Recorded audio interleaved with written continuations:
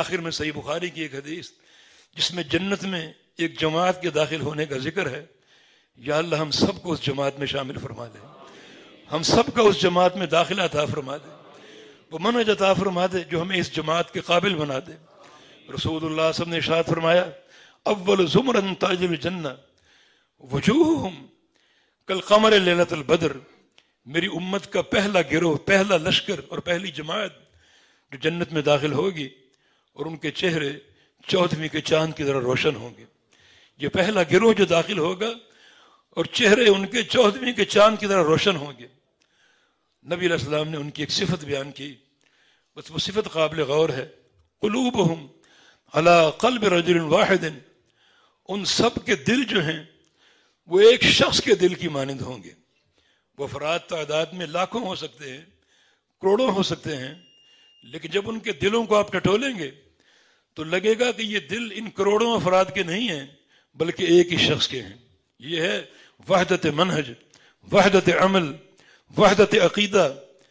ایک ہی عقیدہ, ایک ہی ان کی سوچ, ایک ہی ان کے عمل کا محور, سنت کی اتباع, اخلاص کی حفاظت, اور پھر وہ سارے شعار جو صالحین کی جماعت کے لیے ضروری ذکر کیے گئے. کوئی اختلاف نہیں, اختلاف فروع میں ہو سکتا ہے, وہ نقصان دہ نہیں ہے. کوئی ہاتھ باندھتا ہے, کوئی چھوڑتا ہے رکوع کے بعد, لیکن سب کا مستند دلیل ہے, اصل دلیل ہی ہے.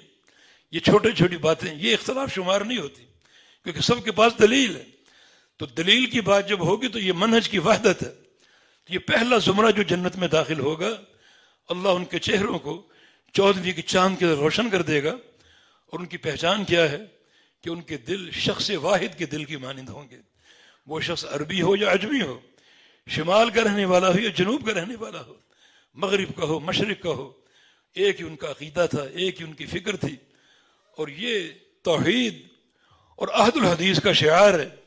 دنیا میں جہاں بھی چلے جائیں ایک ہی منہج آپ کو ملے گا, ایک ہی عقیدہ آپ کو ملے گا. حقیقت میں یہ جو شرف ہے, یہ جو فضیلت ہے, اور یہ جو اونچا درجہ ہے کہ جنت کی پہلی جماعت 14ویں کے چاند کی طرح روشن ہوگی اور داخل ہوگی, ان کی علامت یہی ہے کہ ان کے دل شخص واحد کے دل کی مانند ہوں گے. اس کے بالمقابل بدعتی لوگ ہیں, مشرک لوگ ہیں.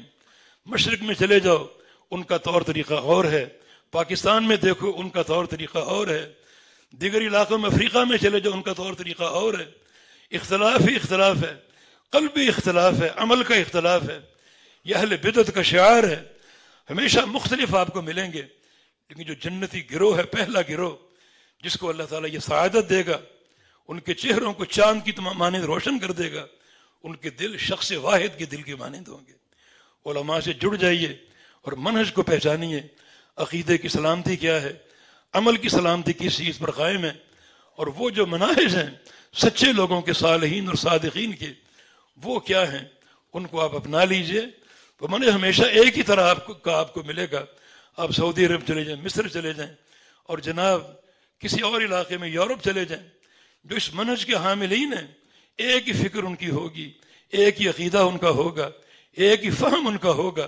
تو یہ حدیث ان لوگوں پر منطبق ہو رہی ہے جو صالحین کی وہ جماعت ہے جو وحدت عقیدہ, وحدت منہج اور وحدت عمل کے نقطے پر قائم تھے, اور کوئی ان میں اختلاف اور شقاق نہیں تھا. تو یہ خلاصہ کلام یہ ہوا کہ ضروری ہے کہ ہم اس انفرادیت کو ختم کر کے اپنے اندر اجتماعیت پیدا کریں. اور اجتماعیت کا معنی یہ ہے کہ اپنے آپ کو صالحین اور صادقین میں شامل کر لے. اللہ تعالیٰ کا حکم بھی ہے کونوا مع الصادقین, کہ صادقین میں شامل ہو جاؤ. قیامت کے دن انہی کے ساتھ تمہارا حشر ہو اور ان کی معیت میں جنت میں داخل ہو جاؤ.